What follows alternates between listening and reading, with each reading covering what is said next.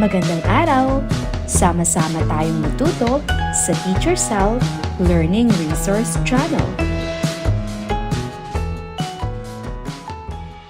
Revised K-12 Curriculum, Makabansa 3, Quarter 3, Week 8, Paggawa ng plano, paghahanda, at pagtatanghal para sa exhibit ng mga output sa nagdaang mga linggo.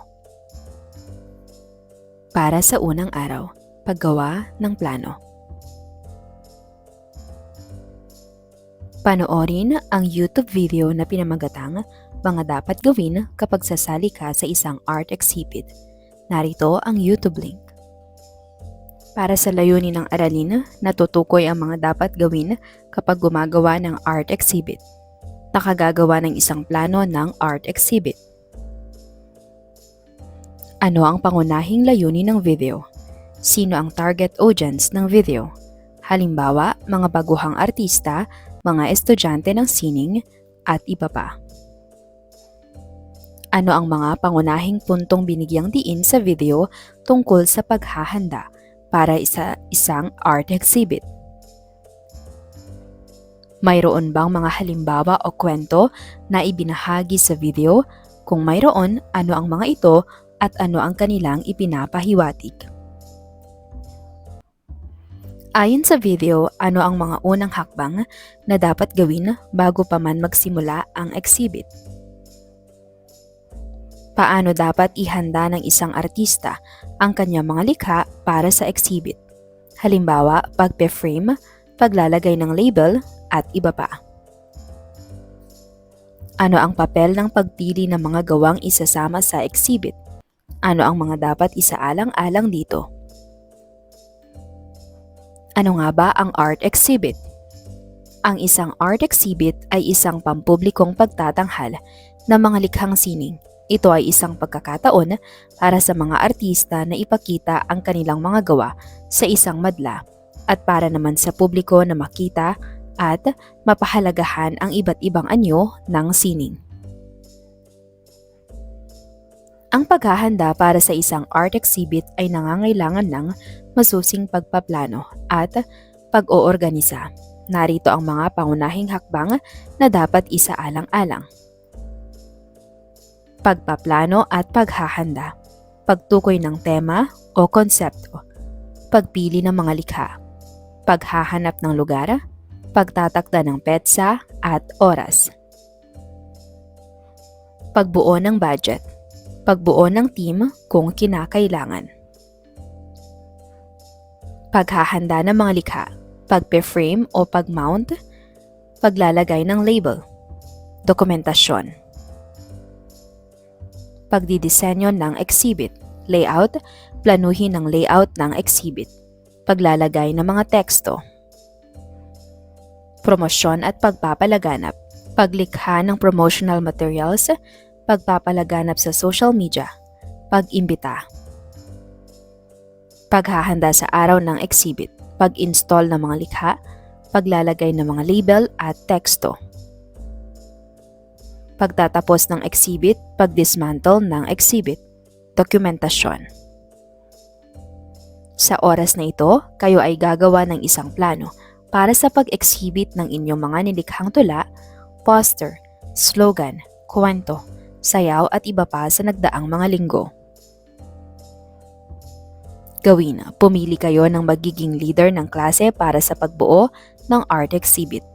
Pangungunahan ng leader ang klase sa paggawa ng plano. Magtalaga kayo ng mga subcommittee na aayos ng iba pang gawain para sa exhibit. Gamitin nyo ang last bilang template sa paggawa ng plano. Gumawa kayo ng floor plan o layout ng mga ihahanda para sa exhibit. Mag-imbita kayo ng mga mag-aaral mula sa ibang antas o baitang upang bumisita sa inyong art exhibit. Ipresenta ninyo sa klase ang nagawang plano. Ano ang kahalagahan ng pagpaplano?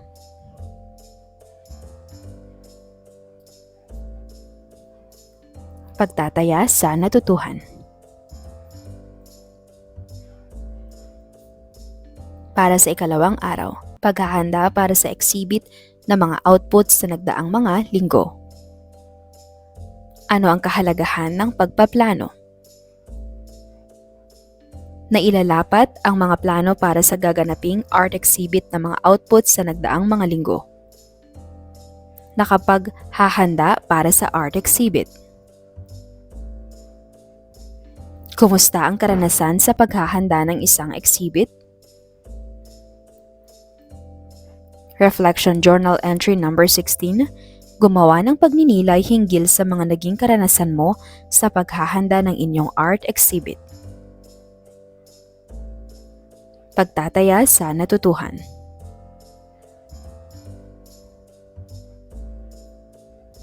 Para sa ikatlong araw, pagtatanghal ng exhibit ng mga output sa nagdaang mga linggo. Balikan ninyo ang mga naging paghahanda. Ipapaalam na bibigyan ng rubrik ang mga guro at ang mga bisita mula sa ibang baitang o antas na gagamitin sa pagbibigay ng marka. Tandaan na magkakaroon tayo ng pagbibigay ng feedback sa pagtatapos ng klase. Para sa layunin ng ating aralin, na ipakikita ang mga gawa ng sining sa pamamagitan ng isang exhibit ng mga output sa nagdaang mga linggo. Napahahalagahan ang pagkamalikhain, pagtutulungan at pag-oorganisa ng isang exhibit ng mga output sa nagdaang mga linggo. Mga maaaring gawin habang may dumadalaw sa exhibit. Batiin ang mga bibisita at maging mapagpatuloy. Ibaliwanag ang mga nakatalagang likhang sining. Makinig ng mabuti sa mga tanong ng bisita at sagutin ang mga ito. Itala ang mga tanong upang maibahagi sa klase. Iwasang mag-ingay o magulo habang nasa exhibit.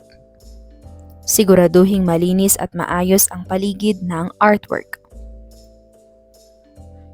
Pasalamatan ang mga bisita kung sila ay aalis na. Kumusta ang unang araw ng art exhibit? Pagtataya sa natutuhan.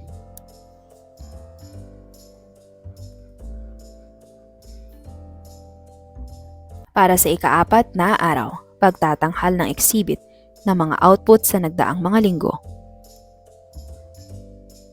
Ano ang iyong mga naging karanasan sa unang araw ng exhibit?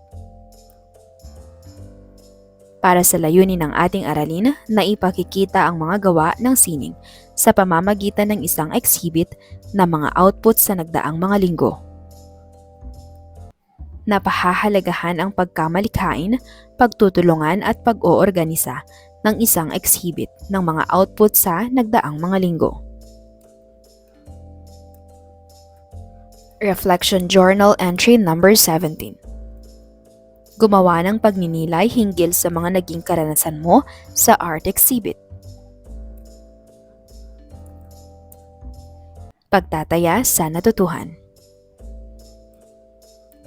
Narito ang rubrik na gagamitin sa exhibit.